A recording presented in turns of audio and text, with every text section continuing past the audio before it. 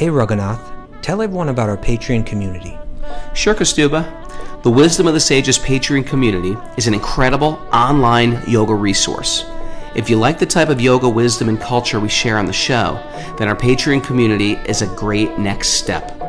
This is a listener-supported podcast, and any level of sponsorship will unlock a wide range of live and archived classes, talks, and even workshops. Raghunath teaches, I teach, and we have a host of other excellent teachers on topics ranging from yoga philosophy, asana classes, storytelling, Ayurveda, kirtan, cooking, meditation, and a lot more. We even have an incredible online Bhakti 12-step recovery group. So if you want to check it out, go to patreon.com/wisdom of the sages. All right, let's get it on. Om Namo Bhagavate Vasudevaya. Om Namo Bhagavate Vasudevaya. Om Namo Bhagavate Vasudevaya.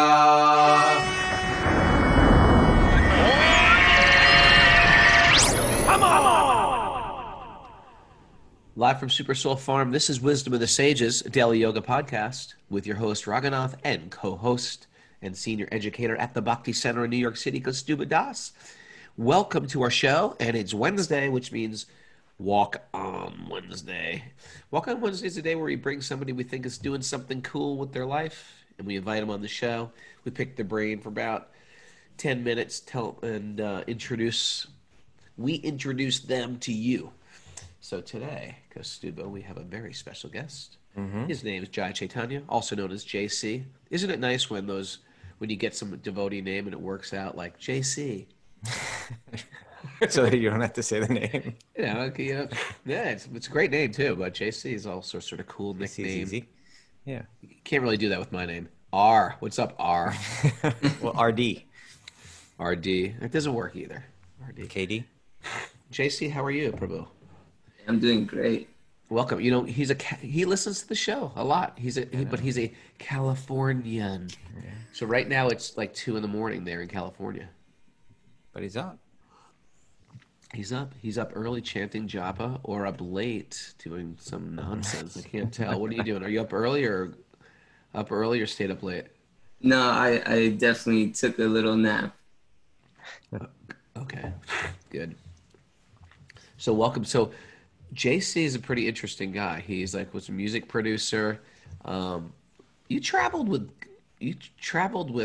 KRS-One? I just read that. Yeah. That's pretty impressive. We could get KRS-One on the show.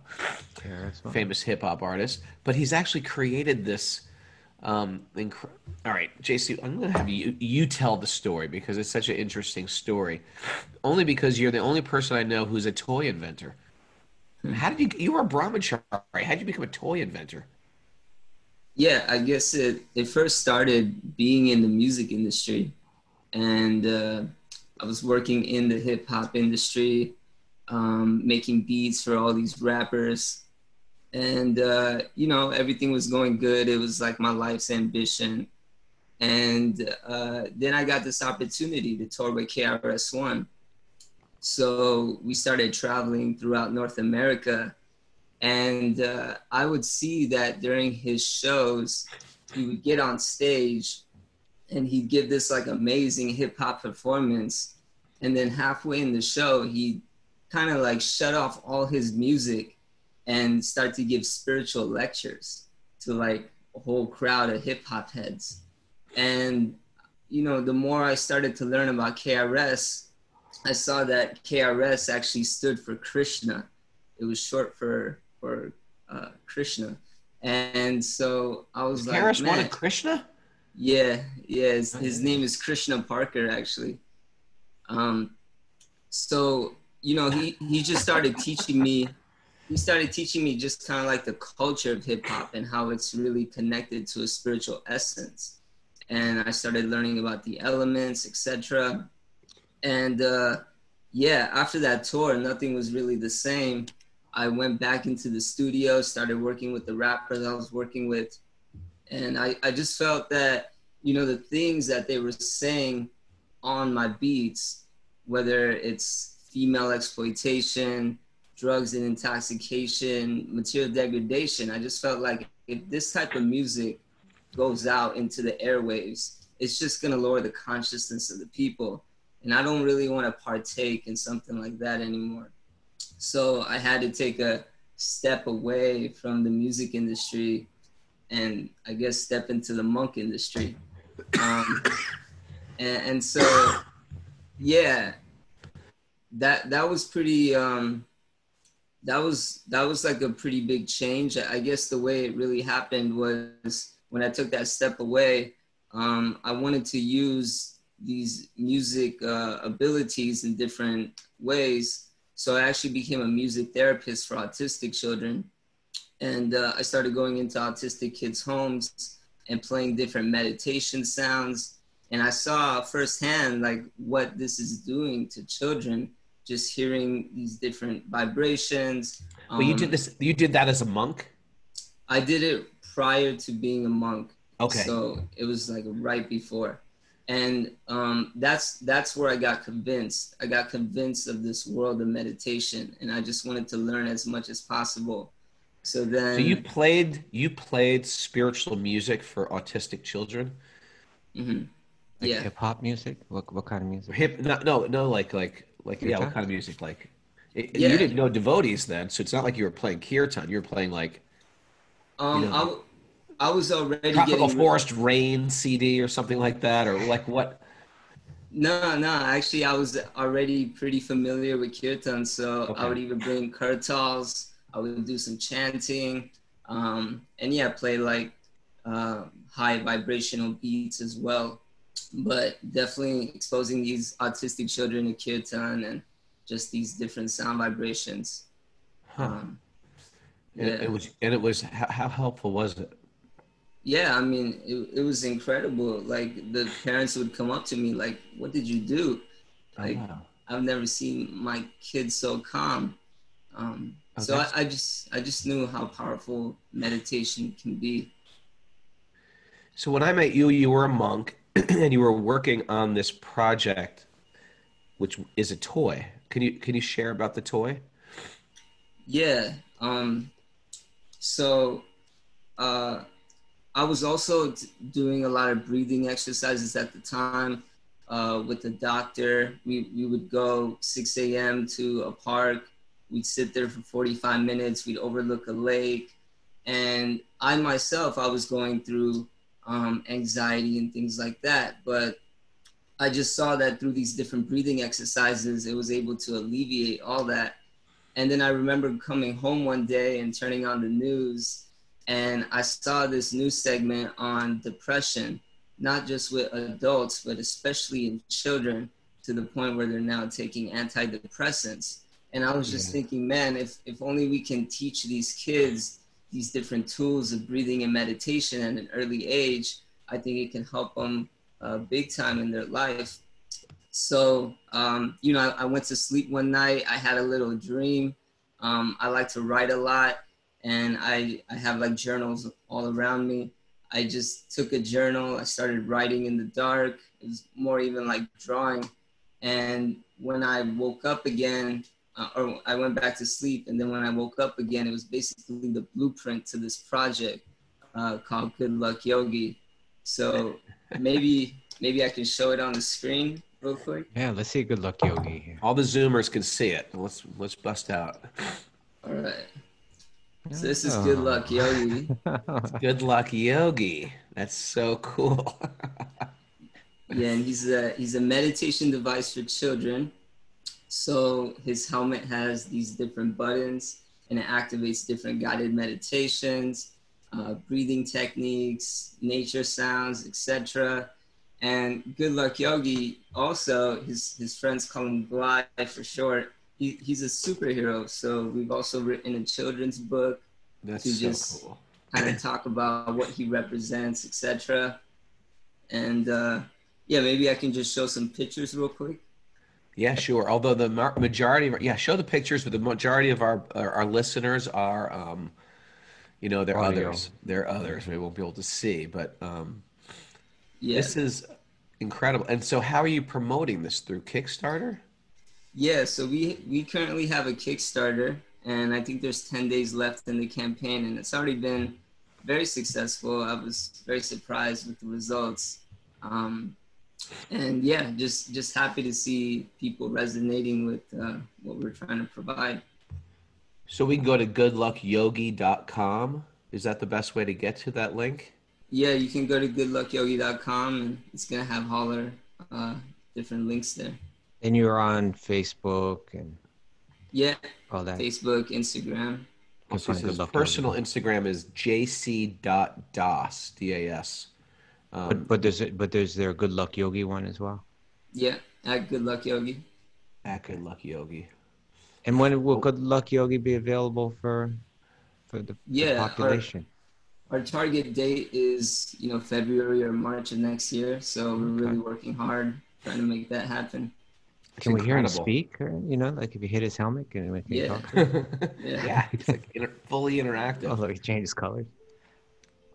Hi, I'm Good Luck Yogi. When we meditate, we feel great. Deep breathing helps release stress, boost our energy, and focus our attention. Let's breathe together for peace, love, and harmony. Sweet. That is awesome. I'm wondering if my 6-year-old will just break the head off. Well, your 6-year-old is unique, though.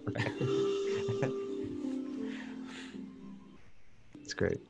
Well, it beats, I played with G.I. Joes, and G.I. Joes had like hand grenades, rifles, jeeps, Yeah, it was definitely not Good Luck Yogi I was playing with. And look how I turned out. I'm like a train wreck. There's hope. There's hope out there. You need a Good Luck Yogi. Yeah.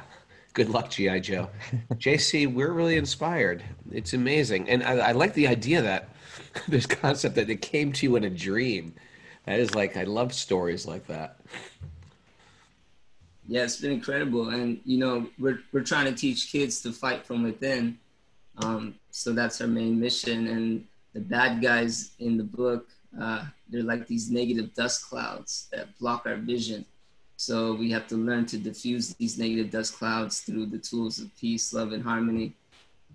So we're hopefully trying to make a cartoon out of this, animations, etc., and just give kids a form of higher goodness in their lives.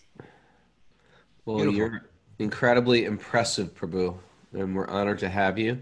And I want to encourage all our listeners to go to goodluckyogi.com and check that out and support this cool project. The kids need something out today. The fact that kids are getting depressed is so pathetic and sad. Like, what are we doing so incredibly wrong? What have we created for them to consume that's getting them depressed and keeping them indoors and keeping them behind screens? Thank you so much. The first time I met you, I felt like this guy is a bright light in the world. You ever meet people like that, Kaustubha? Mm-hmm. As soon as you meet him, like, this guy's a bright light. That's how I feel when I met you, Prabhu.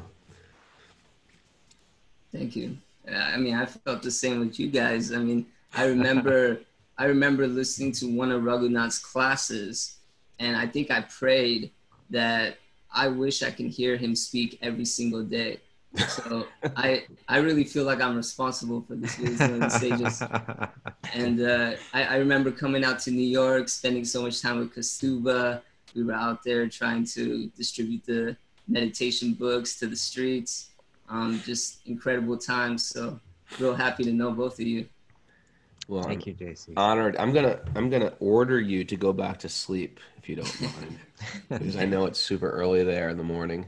And thanks for wrecking your REM sleep just to be on the show today. Yeah, thank you.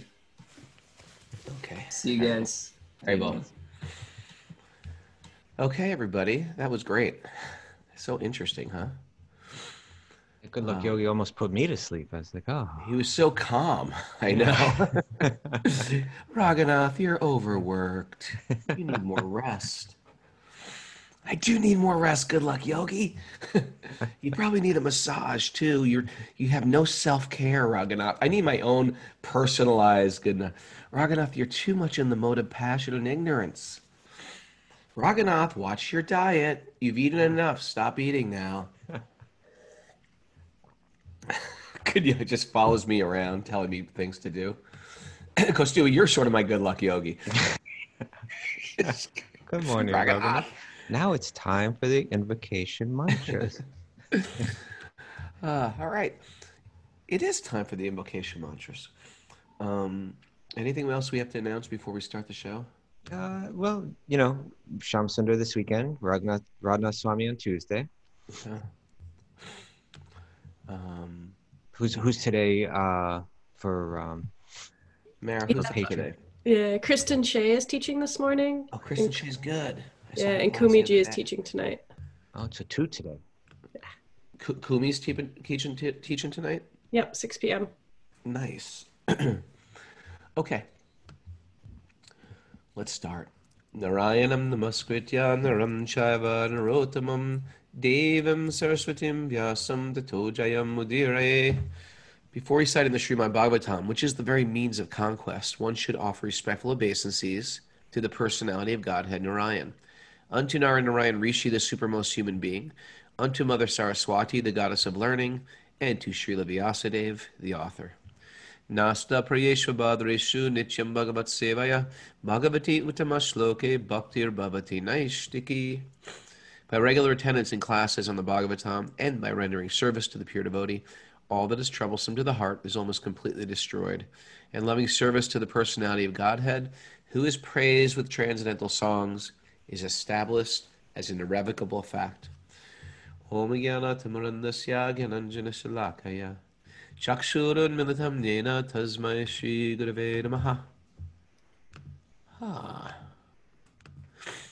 Alrighty.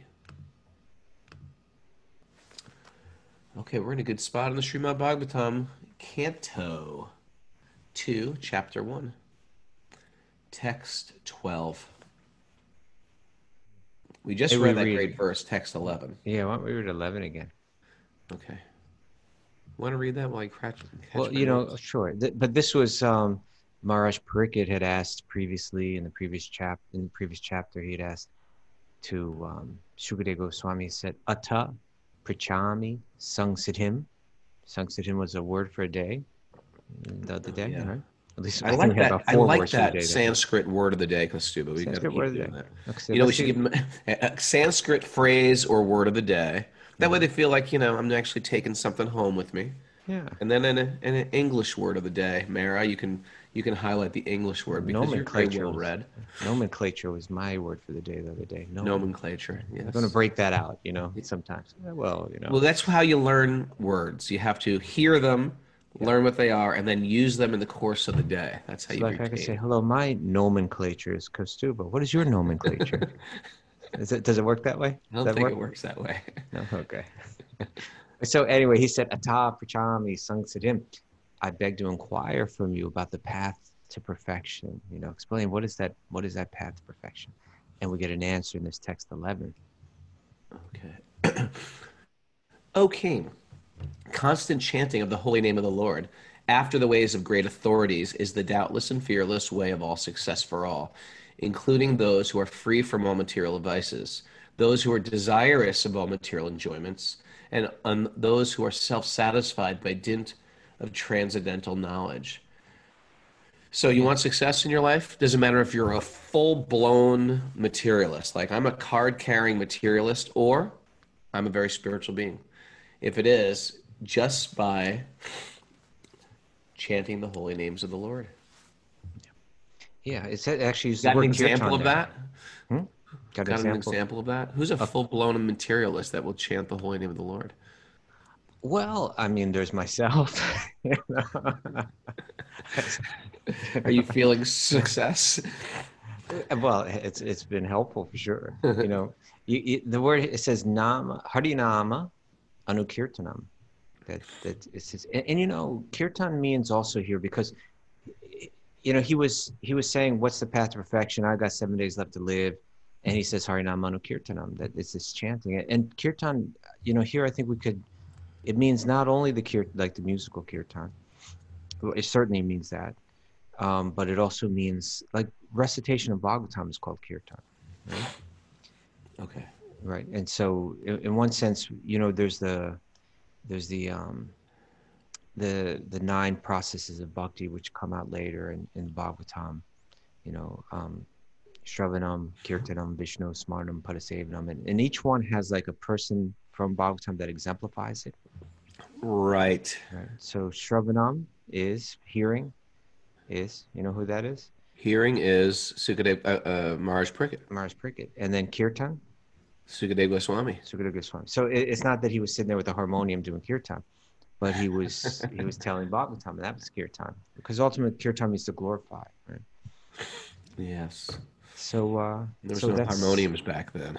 I don't think they had them back then. They didn't need. They did have venas and stuff like that. Yeah.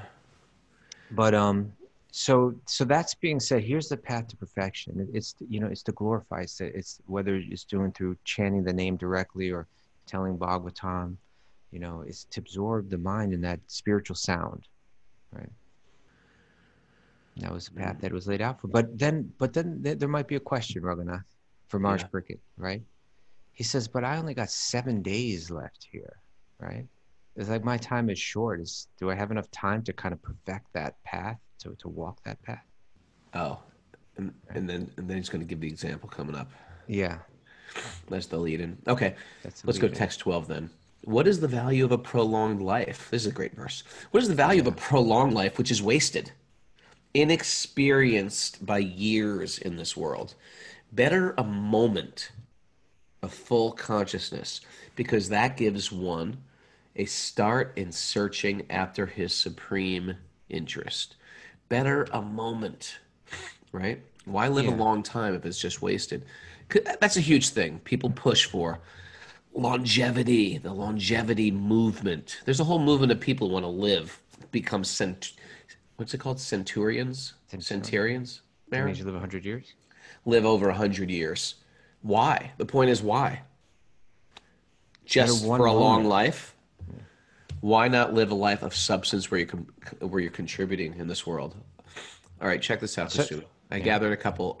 I gathered a couple people who've made massive contributions, and I want you to guess how long they lived. Ready?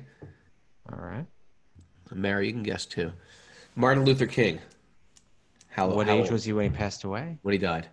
I think he was in his late 30s, like 38 or something like that. It's pretty good. 39. Okay. Well, 39. That's pretty. Shankaracharya. I think he was in his early 30s, like 32. 32. Kaustubha, you know all this. All right. We're going to have a game show, Mara versus Kaustubha right now. All right. Lord Chaitanya. He was 36, right?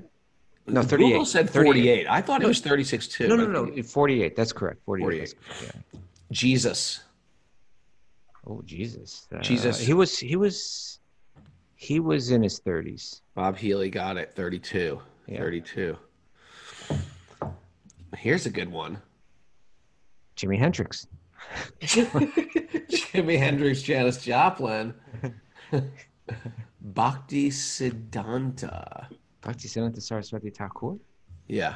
Bhaktisiddhanta Saraswati, that's probably, if you don't know who that is, that's Srila Prabhupada's guru. Well, he wasn't a young man when he passed away. He was, I don't even know, but I mean. 62. That's pretty young. Okay, 62. It's not very young, relatively, but it's pretty young. Yeah. Think about how much he did. He established temples all over India. Mm-hmm. This could be a whole show. Guess the ages. Yeah. Okay. So Maharaj Pariksit, I don't know how old. Interesting. I don't know how old Maharaj Pariksit was, but what he did know was that he only had 7 days left. And these 3 verses, actually 12, 13, and 14, they're all going to have this mess. They're all kind of related to this idea. It's the quality of life that matters, not the quantity. Right? Right. It's the quality. How old is Bhakti Tirtha Swami? I'm not sure, but let's see. He passed away, was it around 2009 or something like that? What? Someone just said 51. Yeah, that makes sense. You know what? I'm at that. Remember I told that story about like, boy, I can never be a baseball player. Baseball players are like 23 years old. You hit that point in your life where you're older than baseball players. You're older than, cop pulls you over. You're older than the cops. There used to be a time where you look up, I want to be a baseball player. There's a cop, and you're looking up to people. Now at this age that we're in, I'm always looking down at everybody, and now I'm thinking like these people died younger than me. Two things arise then. One, what have I done with my life? And two is I could die at any second. Like why aren't I dead yet? That comes up in my mind too. Well, or we could think like, well, you see, now an example is going to be given, right? This is a great verse, what is the value of a prolonged life if it's wasted, if you're not using it to get the right experience, right? Better a moment of full consciousness. You've had those moments, Raghunath. A full consciousness? Yeah, I've had partial consciousness. Okay. I Because didn't wake up one day and say, let's build good luck yogi. I didn't have that. That was cool how he said that. Yeah, but then now here's an example that's going to be given of someone who had even less time than Maharaj Parikshit. But it's a famous example. He's there in the Puranas. He's there, and probably in Mahabharata he's mentioned. An example is given. Maharaj Katvanga. Katvanga. Okay. The saintly king Katvanga, after being informed that the duration of his life would only be a moment more, at once freed himself from all material activities and took shelter of the supreme safety, the personality of Godhead. This story, like I meditate on this so much. Katvanga? Well, Katvanga's situation. Right. He was called by the demigods to do some work to battle the demons. So because he was a powerful king, and they called him to the higher planets. Come, and so he did this great battle, and then he asked for a benediction. Or they asked him to take a benediction. Yeah, you've done so much for us. Please take this benediction. And he said, okay, I want to. He was like, I want to be spiritually liberated. I think that was what it was. Mm-hmm. And they said, well, we can't give you that. That's something you got to do on your own. He said, all right, well, just tell me when I'm going to die. Imagine that. You get any benediction. Tell me exactly when I'm going to die. And the demigod was like, you're going to die in 24 minutes. And he said, okay, bring me back to earth. So he came down, and then that took 12 minutes. And then he had like 12 minutes to prepare for death. 12 minutes. Yeah, and he could have, when the original question was asked, he was there in the heavens, right? He was an earthly person that had ascended up to the heavens. And the potential for material enjoyment was like so off the charts there. Someone would be tempted to ask for all kind of things there. Right. You're in like this it's like you're in paradise. Yeah, but his focus was there, Okay, let me know when I'm going to die. And then he was told it's one muhurta, right, or 24 minutes. but his glories are saying because he used that time really well and he achieved the goal of life in it, right? So it wasn't the quantity, but it was the quality, how he used it. That would be a good meditation. You have 2 minutes. I'm going to set an alarm on my clock. Start to focus and just see if you can really focus in 2 minutes and pull it together. Yep. A little scary. And then he says in text 14. Text 14. Maharaj Parikshit, now your duration of life is limited to 7 more days. So during this time, you can perform all those rituals which are needed for the best purpose of your next life. Right. So take the time that you got and use it well. You got 7 days. It's more than 12 minutes. Yeah. But this Katvanga Maharaj, there's like a little chunk of the Bhagavatam that speaks about him, because in the 9th canto, it's kind of listing the dynasties. The Bhagavatam will do that from time to time, right? Let's say this person, his son was this, he married her, she gave birth to him. Truthfully, Kaustubha, I find when I first started reading the Bhagavatam, I was like, this is so boring. Why are they going to just give like a genealogical table of like, he was married to her and they had a son and he was like this. And they give like a family tree almost. It's just like for pages. But later I started realizing like, if this stuff is just like a made up fantasy novel, why would they even bother doing this stuff?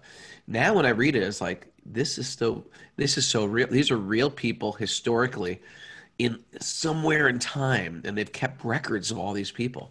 And then they're going to dive into this person and they're going to blow up his life and tell us about him. And at different Puranas or ancient books, they do it to other people in that family tree.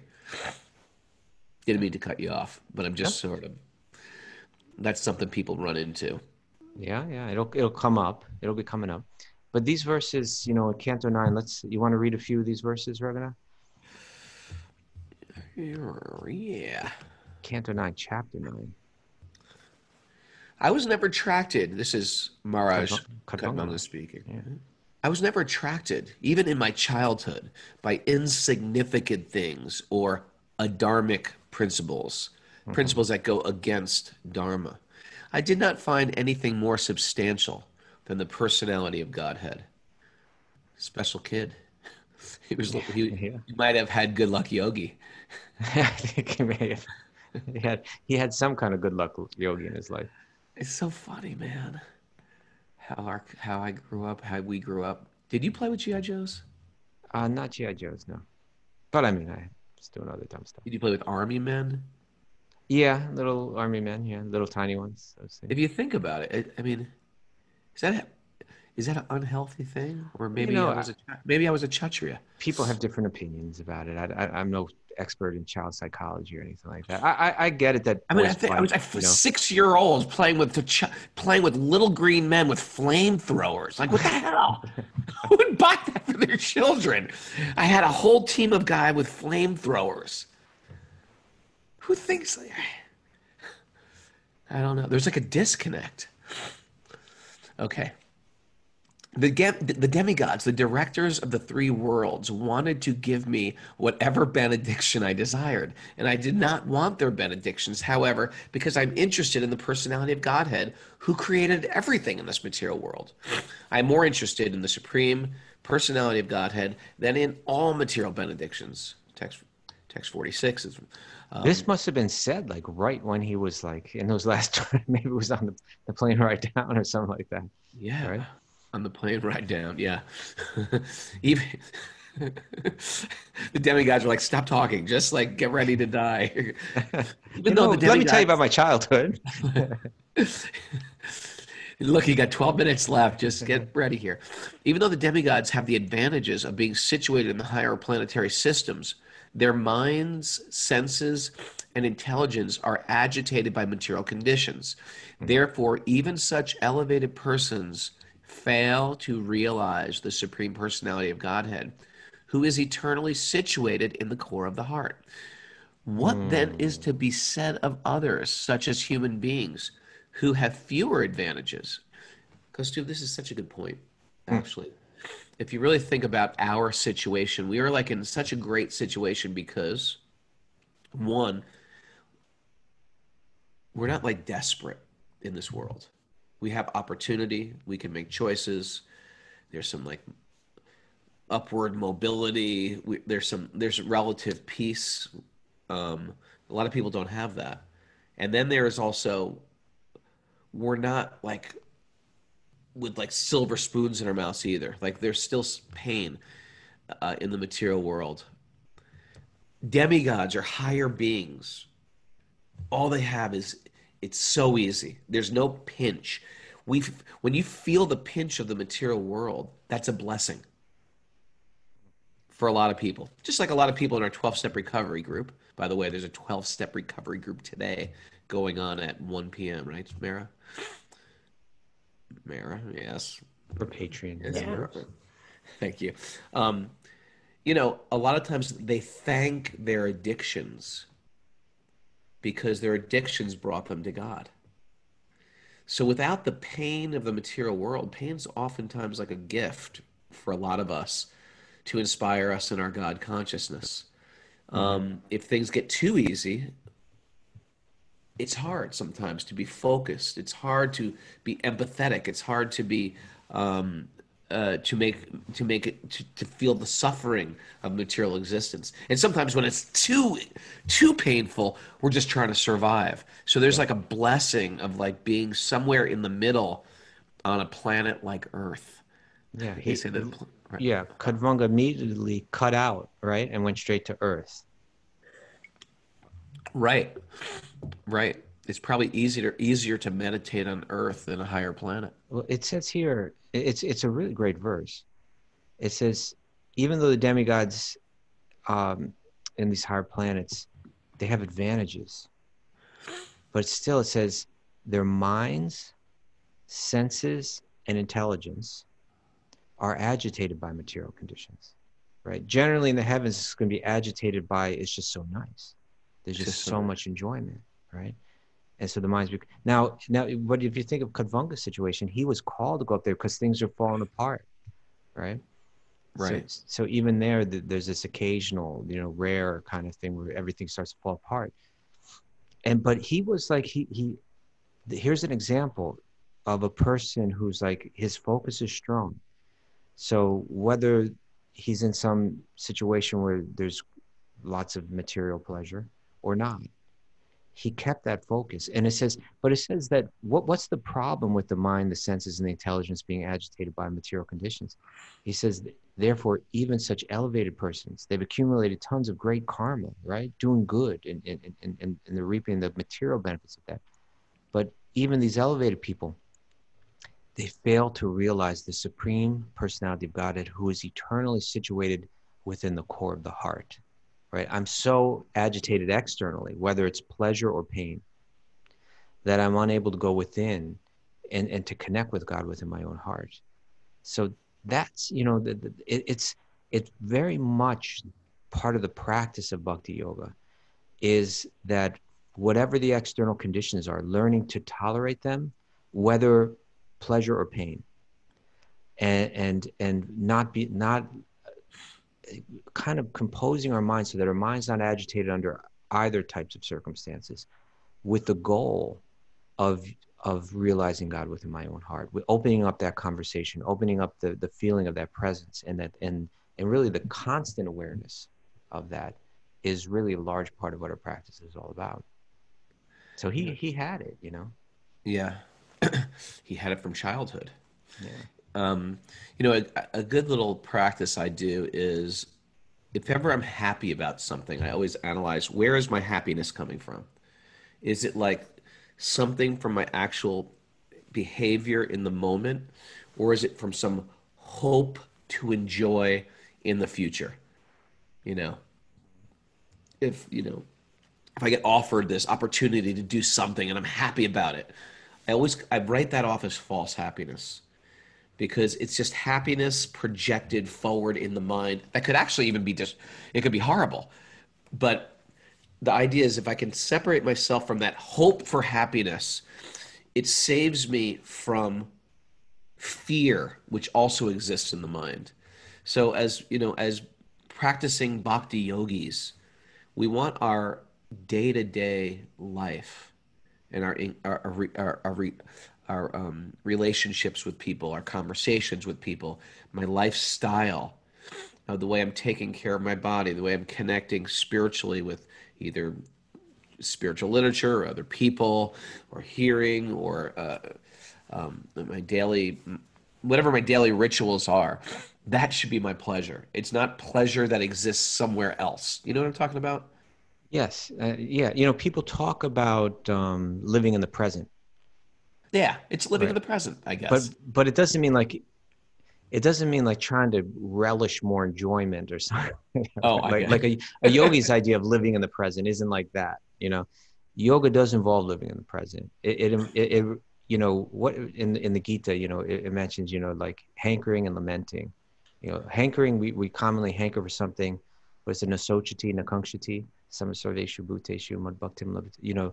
That through practicing bhakti yoga, one can let go of hankering and lamenting. Hankering is commonly about, I hanker for something in the future, right? There's some happiness out there. I want it. I'm going to be happy when I get it. And lamenting commonly has to do with things of the past, you know. Kaustubha, you want to hear something funny? Yeah. One of the first times I ever visited a temple, I met Jayadvaita Swami. Okay. You know, he's just sort of like, he just lays it down for you. And I just Yeah. went up to him because he looked like he was in charge of something. So Where was this? Brooklyn? This was in Brooklyn. And I said to him, we just started talking, and he said to me, just as very matter of fact, the materialist is absorbed in hankering for the future and lamenting for the past. Yeah. And immediately I thought, that is my entire existence. 24 hours a That is day. actually, you said the materialist does that? That is me. I'm hankering for the future and lamenting for the past. I live in a plan in the future, and I lament for the good old days and how can I make it like that again?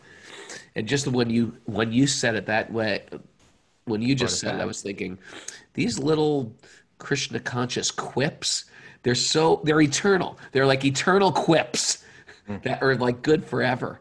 Hankering for the future, lamenting for the past, cheating myself out of right now. Yeah, and you know, so when one meditates, like say you sit down to chant japa, right? You have Yeah. your beads. Now I want to focus my mind. One thing that you can do is you can say, okay, for this time, my mind's not going to go to the past. It's not going to go to the future, right? It's just one way to kind of like set your boundaries. Hard to do it. Yeah, but at least make that clear, right? I don't want my mind going to the past. Oh, because you can immediately recognize, oh, my mind's in the past right now. I don't That's want why I mind to go chant to the all my future. japa while driving. Keeps me really present. But if we think that way, and then when you know he's talking here about realizing God in the heart, when you start to feel that presence, your presence of God, then you're living in the present, right? Sure. Because that's kind of like timeless, actually. That relationship is kind of like a timeless connection. And so Katvanga was feeling that. He went on to say in text 47. Text 47, Katvanga. Yeah. You know what a Katvanga is? It's like a club or something, isn't it? It's like, you know, the Shaivites carry these. Lord Shiva carried one. It's like a club with a skull on top. Oh, okay. Yeah, there's people in India called, you ever heard of these people? Katvangis. They carry these around.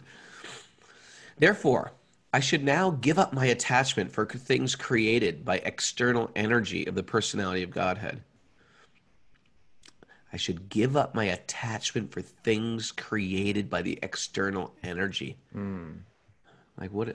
Just stuff. I have to give up my attachment for all my stuff. Some people they're stuff connoisseurs. You know what I mean? Yeah. I'm a connoisseur of fine stuff. Like some people are really into like furniture. Some people are really into art, or some people are really into like fine carpets. Whatever it is, you got to give it up. There's got to be a cut. It's not even criticizing that stuff, but there's got to be a line where you realize all of this is nothing. Therefore, I should now give up my attachment for all things created by Maya. I should engage in thought of the Lord and should thus surrender to him.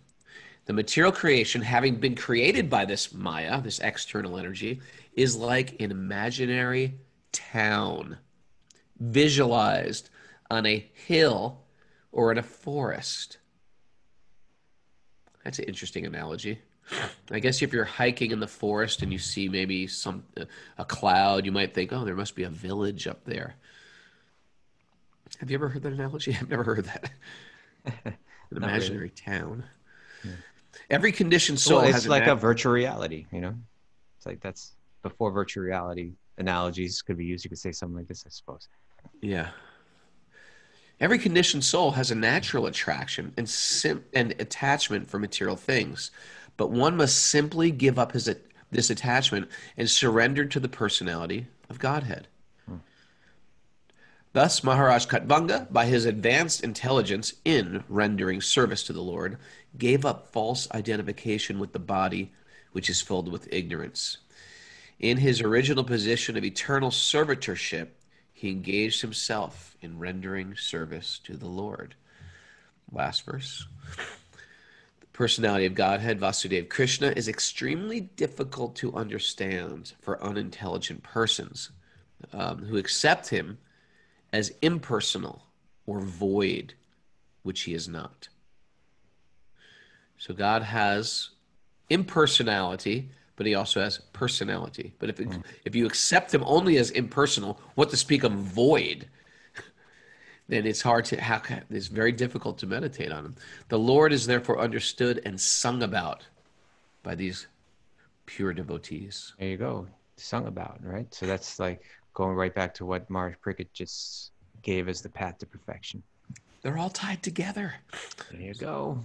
So this is one of these things we previously would have said spoken about by great authorities or, oh yeah. Anyway. Where are we? Okay, we got 10 minutes. All right, let's jump back over to the second canto. Where did I leave off? Text 15 now. At the last stage of one's life. Did you read 14? I think you did, right? Yeah. Yeah. Yes. Okay. 15. At the last stage of one's life, one should be bold enough not to be afraid of death. But one must cut off all attachment to the material body and everything pertaining to it and all desires thereof. You think this has something to do with hitting snooze when you wake up in the morning? I'd be curious. You know how, hear me out on this one. All right. You know, sort of like, I don't want to wake up. I'm going to hit snooze. I'm going to get that 8-minute snooze in. I don't want to hit snooze again.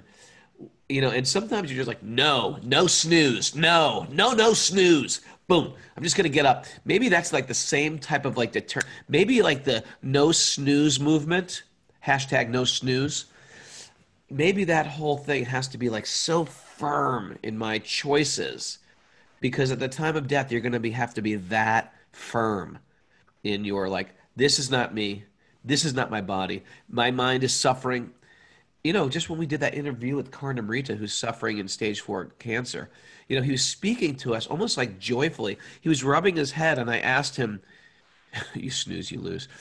I was asking him, are you okay? It seems like you're rubbing your head. He goes, yeah, he's smiling, going, yeah, I'm in incredible pain. And I was just like, oh man, I forgot that this guy, because he was so sort of like, his disposition was so spiritually high. I forget, like, this guy's got stage 4 cancer and is dying. And he's just like, I felt like he cut himself from that pain. And it was very impressive. Maybe this is why this snooze thing, the no snooze movement that we're starting, that Mara's making a t-shirt right now. She's knitting a no snooze scarf for you. That's it's like you're practicing cutting off the mind, or even fasting, where you're just saying, no, I'm not going to do that. Or fasting on Ekadasi. No, I'm not going to eat that today. Whenever there's some like strong discipline of the mind, I'm sure all this stuff helps at these times of death. Yeah, we pamper ourselves, right? Yeah. We just want to find the situation. That's why becoming part of a monk, you know, that's meant to be part of one's life, according to the Vedic setup, right? Yeah, you blew it, Mara. You blew it. You dropped the ball with that one. Yeah. but that everyone gets that experience of like self-discipline, you know, that I kind of, we've got to somehow get it through our minds that actually I'm happier when I'm self-disciplined, right? We think I'm happier when I'm pampered, but pampering actually doesn't bring happiness, you know. But when we gain control rather than being controlled is where it comes. And it's maybe a little bitter in the beginning, right?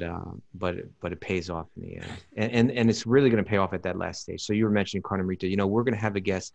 This Sunday we'll have Shyam Sundar Das, which will be a fascinating conversation.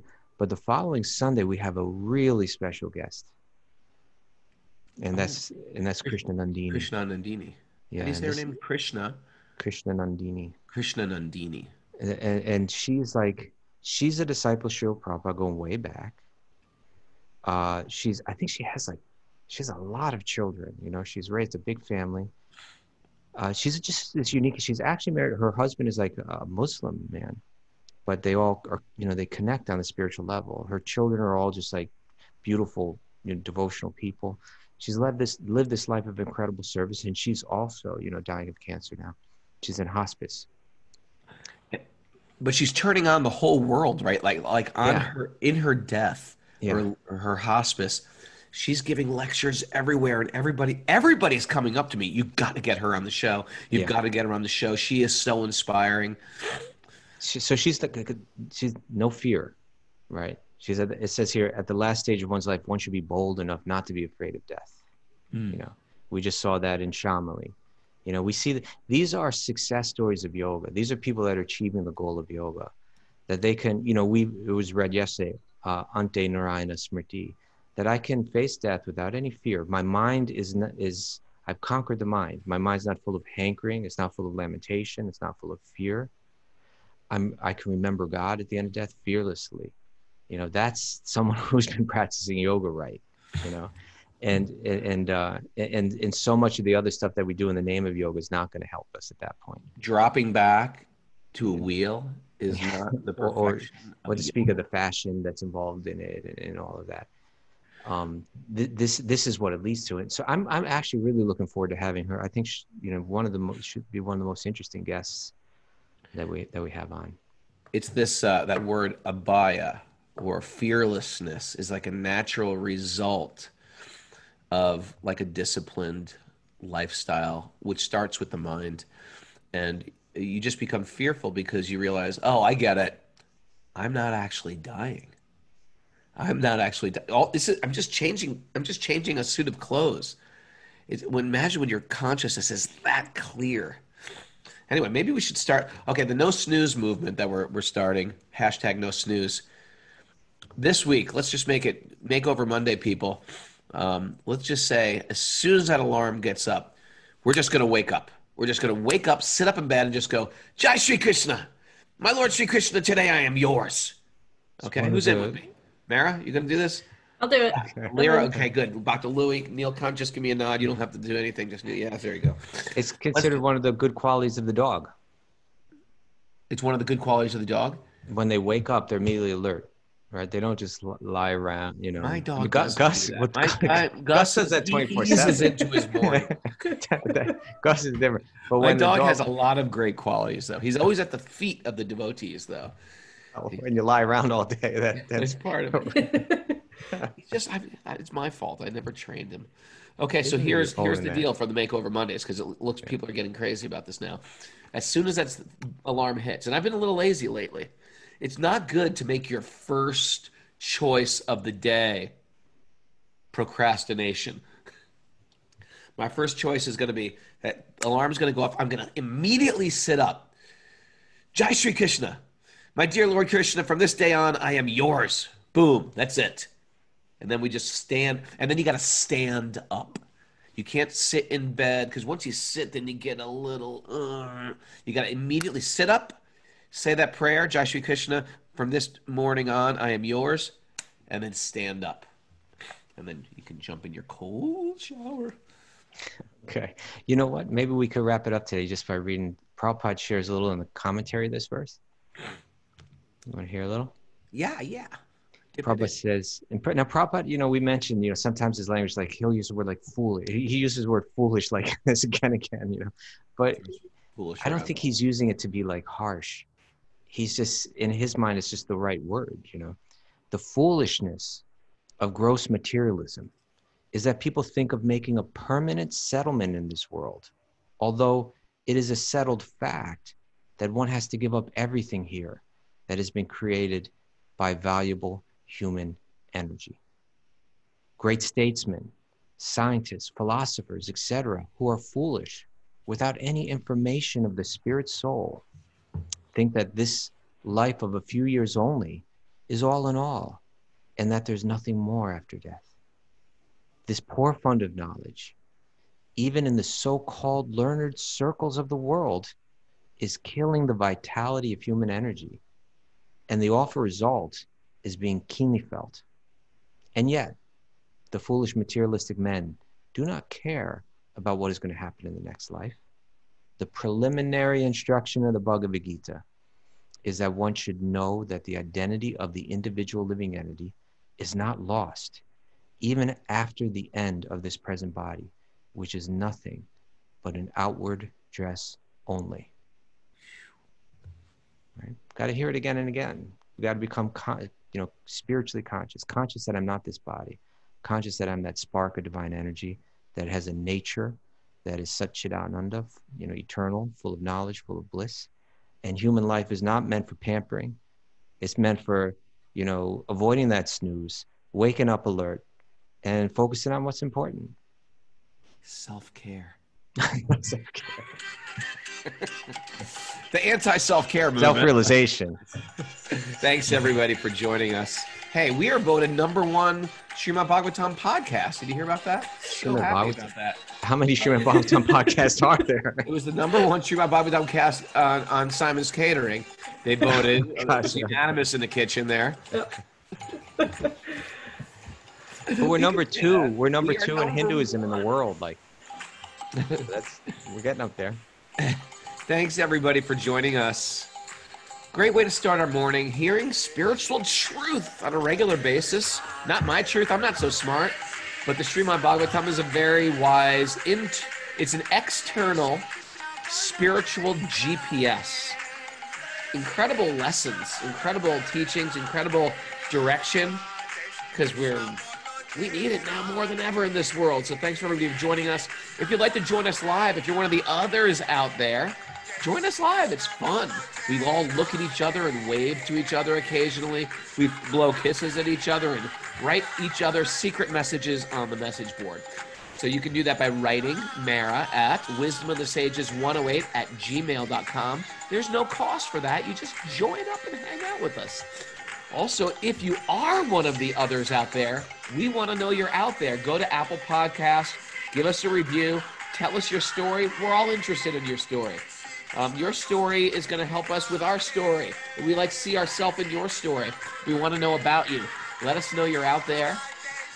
And if you have questions for Question Day coming up, also email Mara, wisdomofthesages108@gmail.com.